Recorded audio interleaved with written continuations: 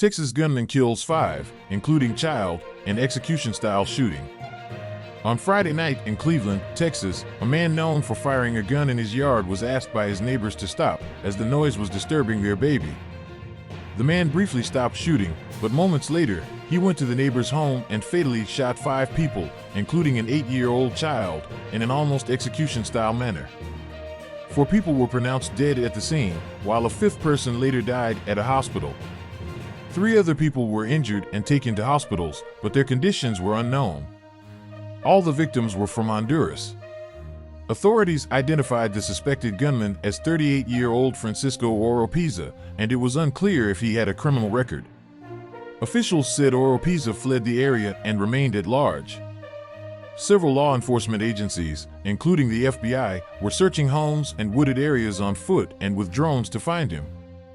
Sheriff Greg Capers of San Jacinto County said in a phone interview on Saturday that investigators believed Oropeza had been drinking and firing shots in his yard when the victims approached him to ask him to stop. He said, "I'll do what I want to in my front yard," Sheriff Capers told reporters. After the neighbors asked Oropeza to stop firing, they returned to their home, and Oropeza went back inside his. However, moments later, he emerged armed with a gun and headed for the neighbor's house. Deputies received a harassment complaint from the neighbors around 11:30 p.m. on Friday, and when they responded, they found multiple gunshot victims. Robert Freyer, the first assistant district attorney of the Criminal District Attorney's Office in San Jacinto County, said there were 10 people in the house. 2 of the victims were women, while 1 man, a 15-year-old girl, and an 8-year-old boy were also killed. The identities of the victims have not been made public. Sheriff Capers said the bodies of 2 women were found in a bedroom on top of 2 children, both of whom survived. Everybody that was shot from the neck up, almost execution style, Sheriff Capers said. Enrique Reina, the foreign minister of Honduras, said on Twitter that the Honduran consulate was in contact with Texas authorities and monitoring the situation. "We demand that the full weight of the law be applied against those responsible for this crime," he wrote in Spanish. Susan Ard, a spokeswoman for the Cleveland Independent School District, said on Saturday that the district was aware of 1 victim, a boy in the 3rd grade, who attended Northside Elementary School. Cleveland Independent School District is heartbroken learning the news concerning the death of one of our students, she said, adding that the boy's name had not been released. "All of our prayers and thoughts are with the families and community impacted by this horrible tragedy." Sheriff Capers told reporters that Oropeza was known to frequently fire an AR-15 in his front yard. Mr. Freyer said that Oropeza was firing a semi-automatic weapon, but it was unclear exactly what type of firearm was used in the attack on Friday night. In the rural community of mostly Latino families, neighbors said on Saturday that the sound of gunfire in the area was a common occurrence. "There are always gunshots here," said 34-year-old Veronica Pineda. "For us, this is something normal." Pineda said that she did not know Oropeza and his family, but that they had been living in the neighborhood for about 5 years. She would occasionally see Oropeza riding a horse down the street. "He would stroll with his horse, and he always looked calm," Ms. Pineda said, adding that Oropeza and his family were known for hosting parties late into the night. The incident in Cleveland is among the latest in a recent series of shootings that have resulted from seemingly brief interactions.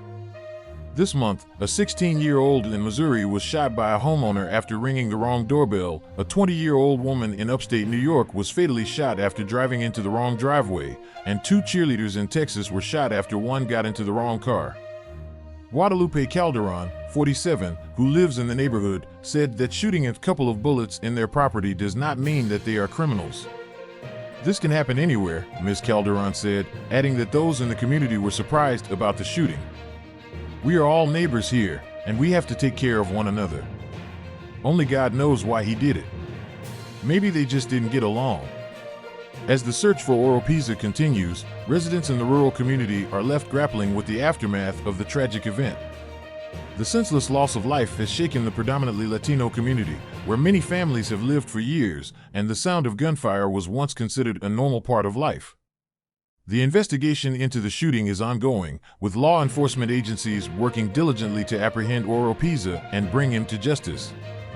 The authorities are asking anyone with information about the suspect's whereabouts to come forward and help bring closure to the grieving families and the community.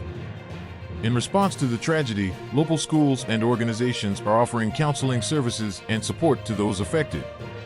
The Cleveland Independent School District and community leaders have expressed their condolences and are urging residents to come together in the wake of this horrifying event. As the community begins to heal, questions about gun control and the prevalence of firearms in the area are likely to resurface, sparking important conversations about safety and responsibility. The impact of this tragedy will be felt for years to come, as families mourn the loss of their loved ones and the community strives to regain a sense of normalcy. It serves as a stark reminder of the potential consequences of seemingly minor conflicts and the importance of addressing issues related to gun ownership and safety. As the people of Cleveland, Texas, come together to support one another, the memory of those lost in this senseless act of violence will not be forgotten.